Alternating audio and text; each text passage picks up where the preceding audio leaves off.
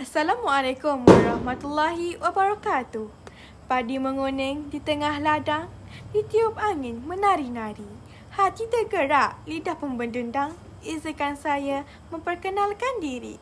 Nama diberi Tuan Iyas Nasuha binti Tuan Safarudin dan berusia 15 tahun. Kod sekolah saya ialah TEA 2021. Saya merupakan anak didik SMK Cenai Baru. Dalam video ini, saya berasa amat bersemangat untuk berkongsi tentang sebuah novel yang pernah saya baca bertajuk Bayang Sofia yang diterbitkan oleh Temel Abdullah. Novel Bayang Sofia mengisahkan tentang Sofia, seorang wanita berdikari yang bekerja di syarikat Rice dan percaya bahawa kejayaan hanya boleh dicapai dengan usaha sendiri. Namun, kehidupan Sofia berubah apabila dia bertemu dengan Danny, seorang atlet tinju terkenal. Pertemuan ini membuka kembali kisah silamnya yang penuh misteri. Sebuah organisasi rahsia pernah membantunya mencapai kejayaan dengan harga yang mahal. Organisasi itu kini menuntut janji yang pernah dibuatnya dan Sofia terperangkap dalam dilema besar. Jika dia menolak, bukan hanya dirinya yang akan menerima akibatnya, tetapi juga orang-orang yang dia sayangi. Ketegangan semakin meningkat apabila ancaman terhadap dirinya semakin nyata. Sepanjang cerita, Sofia bukan sahaja berhadapan dengan tekanan luaran, tetapi juga konflik dalaman. Bertarung dengan ketakutan, kesilapan lampau dan prinsip yang cuba dipertahankannya.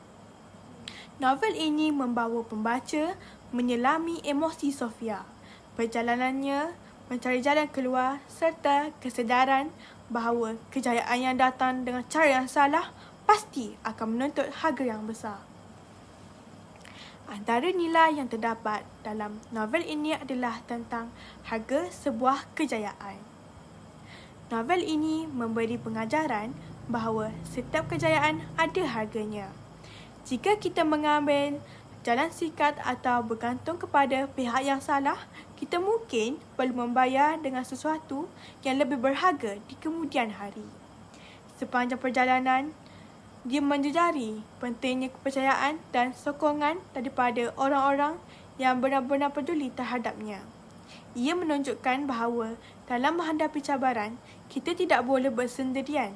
Dari seseorang wanita yang yakin bahawa dia boleh berdikari sendiri, Sofia berkembang menjadi seseorang yang memahami bahawa kejayaan bukan hanya tentang pencapaian peribadi, tetapi juga bagaimana ia boleh diperoleh dan siapa yang bersama sepanjang perjalanan itu. Sofia dihadapkan pada pilihan sukar, tetapi dia berusaha mempertahankan prinsipnya. Ini mengajar kita bahawa dalam hidup, kejayaan yang sebenar tidak seharusnya diperoleh dengan mengorbankan nilai moral dan integriti. Kesimpulannya, Bayang Sofia bukan sekadar sebuah kisah penuh ketegangan dan misteri, tetapi juga membawa mesej mendalam tentang pilihan hidup, kejujuran dan harga sebuah kejayaan. Novel ini mengajak pembaca merenung tentang keputusan yang kita buat, kesannya terhadap masa depan dan bagaimana nilai-nilai dalam diri dapat membentuk perjalanan hidup seseorang. Sekian daripada saya, terima kasih.